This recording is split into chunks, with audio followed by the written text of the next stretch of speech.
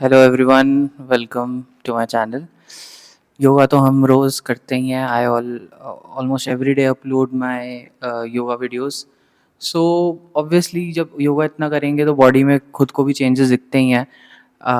जैसे कि मुझे मेरी बॉडी में खुद स्टेमिना और फ्लेक्सिबिलिटी इंक्रीज़ लगती है, स्ट्रेंथ इंक्रीज़ लगती है, मेरा बॉडी का स्ट्रक्चर चेंज हो रहा है। तो ये तो बड़े कॉमन से बेनिफिट्स हैं योगा के, जो अगर आप रेगुलरली स्टार्ट करोगे करना तो आपको फील होगा ही होगा। ऐसा हो ही नहीं सकता कि ना फील हो। तो practising yoga regularly consistently, I can not stress more on this point. ये तो करना ही करना है। बट अभी रिसेंट जो मैं एक स्टडी पढ़ रहा था, एक आर्टिकल पढ़ रहा था, उसके अंदर काफ़ी अच्छी रिसर्च आई थी, तो I thought I will share it with you. जब हम रेगुलरली योगा प्रैक्टिस करते हैं तो उससे क्या होता है कि हमारा जो फंक्शनिंग ऑफ द ब्रेन है वही चेंज होना स्टार्ट कर देता है। कैसे समझना? जो हम इंट्रोस्पेक्शन करते हैं दिन रात, खुद ही के विचारों को टटोलना, बाहर मुक्ता जीवन में जीना, चीज़ों के बारे में सोचना, उनको एनालाइज करना, उन्हें डिकोड करना, ये सारी चीज़ें जो भी होती हैं वो ब्रेन का फंक्शन ही होता है। अब अब आप बोलोगे कि योगा ही क्यों? ब्रेन का फंक्शन एक्सरसाइज से चेंज नहीं हो सकता क्या? एक्सरसाइज इज़ नॉट बैड, बहुत अच्छी है, मूवमेंट होती है, हर चीज़ है उसमें। एक्सरसाइज भी आपका बूस्ट करेगी मूड को, स्ट्रेस हार्मोन को, एंडोर्फिन्स को रिलीज़ करेगी, कॉर्टिसोल को नीचे लेकर आती है। और जो आपका हैप्पी केमिकल होता है, हैप्पी हार्मोन होता है विच इज़ एंडोर्फिन, वो भी ऊपर लेके जाता है। पर योगा में आपको कुछ एडिशनल बेनिफिट्स मिलते हैं। क्या होता है योगा में कि जब हम for example Virbhadra one pose लगाएंगे, वॉरियर टू पोज लगाएंगे, तो उसके अंदर क्या होता है, जब जब आपको इंस्ट्रक्शंस ऐसी मिलती हैं कि inhale and bring your left foot back और bring your right foot forward, ऐसी ऐसी जब इंस्ट्रक्शंस मिलती है तो उसके अंदर योगा में हम क्या कर रहे हैं कि हम कंबाइन कर रहे हैं पॉस्चर्स को और ब्रीदिंग को। ये सबसे ज़्यादा इंपॉर्टेंट एडिशनल बेनिफिट है योगा का, कि हम एक्शन और ब्रीदिंग को, पॉस्चर में जाना और ब्रीदिंग को हम क्या कर रहे हैं, जोड़ रहे हैं। हम माइंडफुलनेस इससे प्रैक्टिस कर रहे हैं।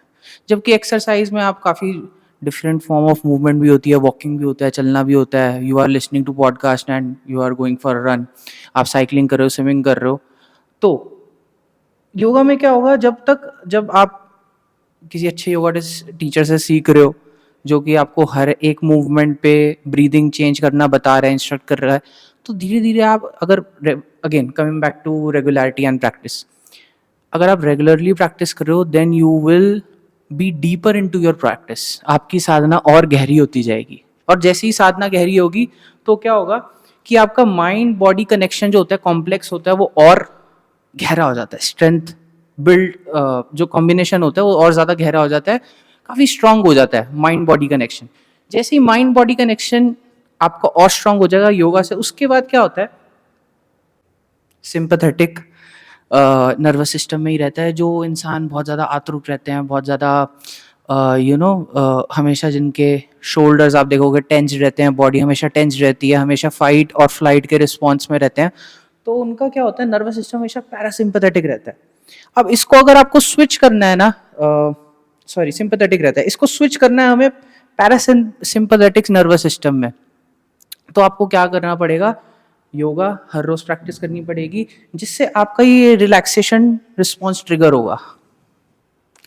किसी भी चीज़ को अगर कामली हैंडल करना है, शांतिपूर्वक हैंडल करना है, तो आपका पैरासिम्पैथेटिक नर्वस सिस्टम ऑन होना चाहिए, तभी तो आप ढंग से रिस्पॉन्स करोगे हर एक बात का। तो आप पीसफुली अगर रिस्पॉन्ड करना चाहते हो तो अगेन पैरासिम्पैथेटिक को ऑन करना पड़ेगा। उसको ऑन करने के लिए योगा करना पड़ेगा, योगा से रेगुलरली करना पड़ेगा, कंसिस्टेंटली। 1 2 दिन, 2 हफ्ता, 3 हफ्ता आप सोच के करके सोचो कि बस मेरा तो ब्रेन फंक्शन चेंज हो जाएगा, और नहीं हुआ तो नीचे फिर कमेंट भी कर दोगे कि नहीं हुआ चेंज। तो अगर चेंज करना है तो इसको आपको थोड़ा रेगुलरली प्रैक्टिस करना पड़ेगा, तभी जाके। इवन अगर आपको कार्डियो रेस्पिरेटरी फिटनेस, जो कि बहुत इंपॉर्टेंट फिटनेस है आजकल, 2 माले चढ़ के ही जो लोग थक जाते हैं, जो लोग सिर्फ 2 माले चढ़ के थक जाते हैं, उनका कार्डियो रेस्पिरेटरी फिटनेस मतलब बहुत ज़्यादा वीक है। तो अगर आप ये प्रैक्टिस कर रहे हो, जैसे मैं अपलोड करता हूँ अधोमुख ऊर्ध्वमुख श्वानासन में जाना, इसके 10-15 रेपिटेशन करना, तो ये आपकी इस फिटनेस को भी बढ़ाएगा। आपको स्ट्रेंथ फ्लेक्सिबिलिटी इंक्रीज करनी है तो बिल्कुल चेयर के साथ प्रैक्टिस करो। अयंगर योगा आप प्रैक्टिस कर सकते हो, डिफरेंट प्रॉप्स हैं आपके पास, आप उनसे प्रैक्टिस करो तो हो गई होगा। Stamina, agility, very important.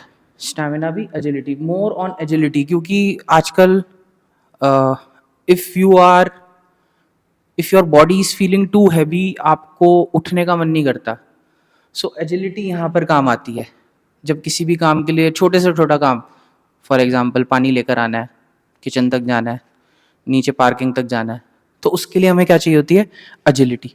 तो एजिलिटी को अगर लेकर आना है, then again everything comes back to practicing yoga regularly.